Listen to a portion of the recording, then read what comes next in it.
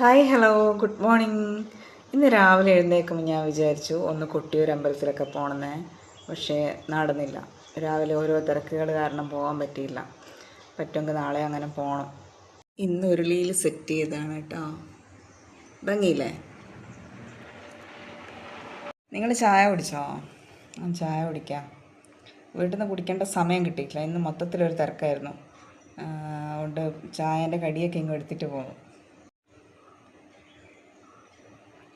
അതൊക്കെ പോട്ടെ. നിങ്ങൾ 2025 എങ്ങനെയുണ്ടായിരുന്നു?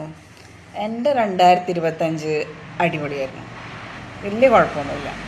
ഞാനിത് കൊറോണൻ്റെ ആ ഒരു ടൈമിലാണ് പഠിച്ചിറങ്ങിയത് ഈ കോഴ്സ്. അപ്പോൾ അത് കഴിഞ്ഞപ്പോൾ മുതൽ ഞാനിങ്ങനെ വിചാരിക്കുന്നത് എനിക്ക് സ്വന്തമായിട്ട് എന്തെങ്കിലും ചെയ്യണം, അല്ലെങ്കിൽ എനിക്ക് എവിടെയെങ്കിലും ജോലിക്ക് കയറിയാലെങ്കിലും മതിയായിരുന്നു. പക്ഷെ മര്യാദയ്ക്ക് എവിടെ അങ്ങനെ കയറാൻ പറ്റില്ല. ഒന്നാമത്തെ കാര്യം എന്ന് വെച്ചാൽ നമ്മൾ ഓരോരുത്തർ പഠിക്കുന്നത് ഓരോ രീതിയിലാണ്, ഓരോരുത്തർ പഠിപ്പിക്കുന്നത് ഓരോ രീതിയിലാണ്, ഓരോരുത്തർ മനസ്സിലാക്കി എടുക്കുന്നതും ഓരോരുത്തരും ചെയ്യുന്നതും തമ്മിലൊക്കെ ഒരുപാട് വ്യത്യാസമുണ്ട്. അപ്പം നമ്മൾ ഈ പഠിച്ചതും കൊണ്ട് വേറൊരു സ്ഥലത്ത് ജോലിക്ക് കയറുമ്പോൾ അവർക്ക് നമ്മൾ ചെയ്യുന്നത് പലർക്കും ഇഷ്ടപ്പെടില്ല.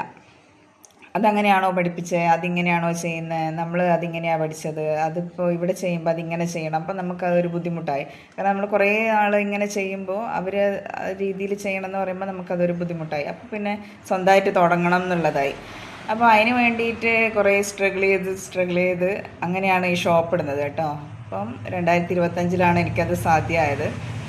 ഇപ്പോൾ ഒരു 10 മാസമായി എൻ്റെ ഈ ഷോപ്പ് ഓപ്പൺ ആക്കിയിട്ട്. ഞാനിങ്ങനെ ഓർക്കുക, ഞാൻ 2025 എനിക്ക് കിട്ടിയതും എൻ്റെ കയ്യിൽ നിന്ന് പോയതുമായിട്ടുള്ള കുറേ കാര്യങ്ങൾ. എന്താണെങ്കിലും മനുഷ്യരല്ലേ, വിഷമവും സങ്കടം ഒക്കെ എല്ലാവർക്കും ഉണ്ടാവും. അതുപോലെ ചെറിയ ചെറിയ വിഷമങ്ങളും ചെറിയ ചെറിയ ഹാപ്പിനെസ്സും ഒക്കെ ഉണ്ട്. അങ്ങനെ 2025 അങ്ങനെ അങ്ങ് പോവുകയാണ്. ഇനി 2026 വരവേൽക്കാം.